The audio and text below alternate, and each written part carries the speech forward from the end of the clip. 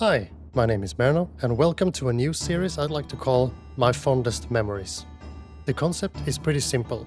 I share my fondest memories of topics surrounding games and my life, and hopefully to sprinkle some nostalgia and some wholesome vibes over to you on the other end.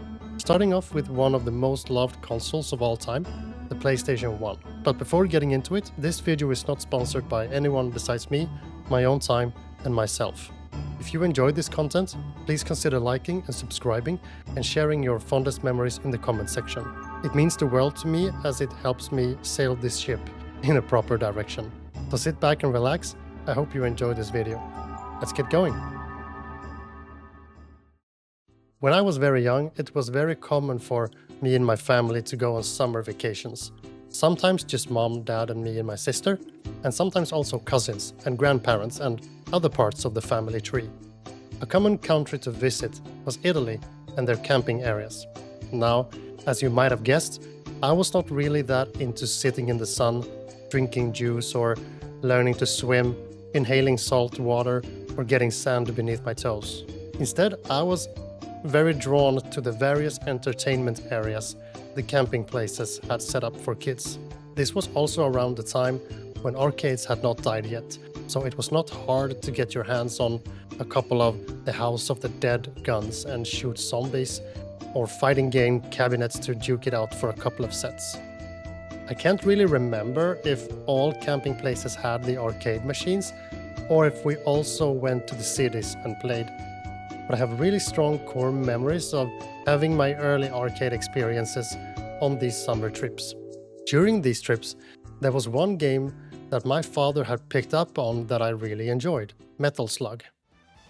Metal Slug is a side-scrolling run-and-gun arcade game where you can get various weapons, throw grenades, save captives, and in the end of the stage there's always a boss to end it off, before moving on to the next stage.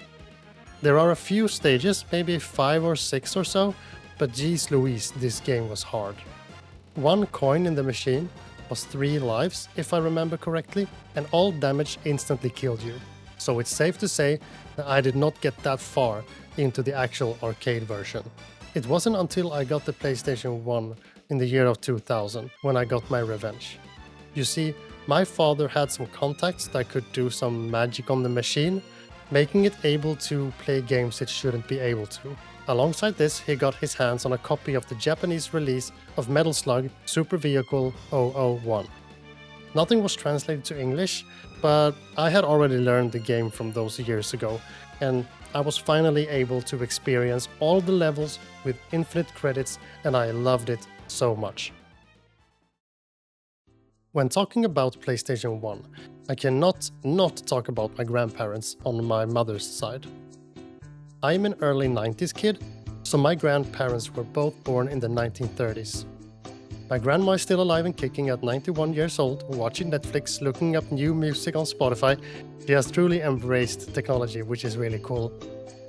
So if you combine her thirst for knowledge with my grandfather's urge to always make us kids happy, of course they made sure that me and my cousins had video games in the house.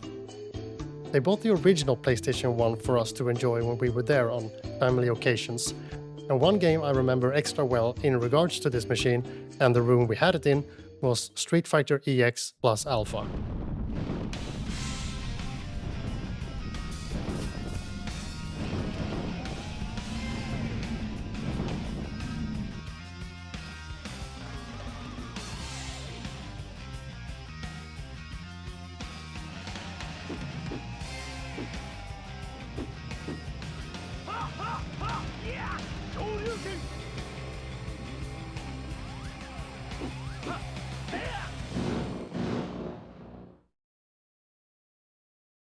Street Fighter EX plus Alpha.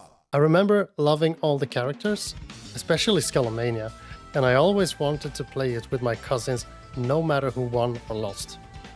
Seeing the characters do Hadoukens and Skull Crushers was just mind-blowingly awesome. To have our grandpa behind us adorably trying to translate what the game said, like you lose or loading from English to Swedish, like if we didn't know, just adds to these memories. My grandpa is one of the reasons why gaming is such a big part of my life, as we will cover a bit more in the Super Nintendo episode, and me and my whole family miss him very much. Last game for today was also one of the games from my grandparents' basement, Tony Hawk Pro Skater 1. This game is very simple in my memories, do cool tricks to sick music.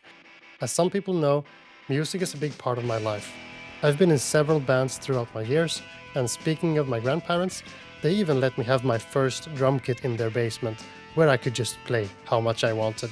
Superman from Goldfinger was one of the songs that I usually played on that drum kit, and I found that song through the Tony Hawk game. Tony Hawk Pro Skater holds that dear place in my heart because it really mixes two of my biggest interests, music and gaming, with something so cool as over-the-top skateboarding.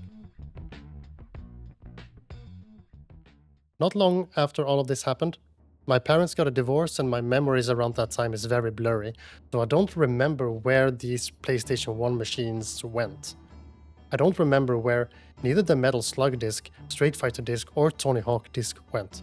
I do have some memories left from playing Street Fighter in my mother's two-roomer apartment. Finally nailing the final Skull or Dream move I wasn't able to as a couple of years younger, but that's about it.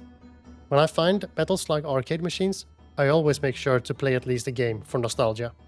When I play it on PC, I try to bring out the arcade stick, because that's just how the game should be played for me. I also very often visit my grandpa in my thoughts. When I load up a new game, I see the loading screen, and I hear myself say out loud, "Nu laddaden," just like he did. Thank you so much for watching. What are your favorite memories of the PlayStation 1? Feel free to drop a comment in the comment section, or join my Twitch channel and tell me directly. I usually stream every week, various games, everything that sparks joy. Now all of you have a good day, and take care. Bye bye!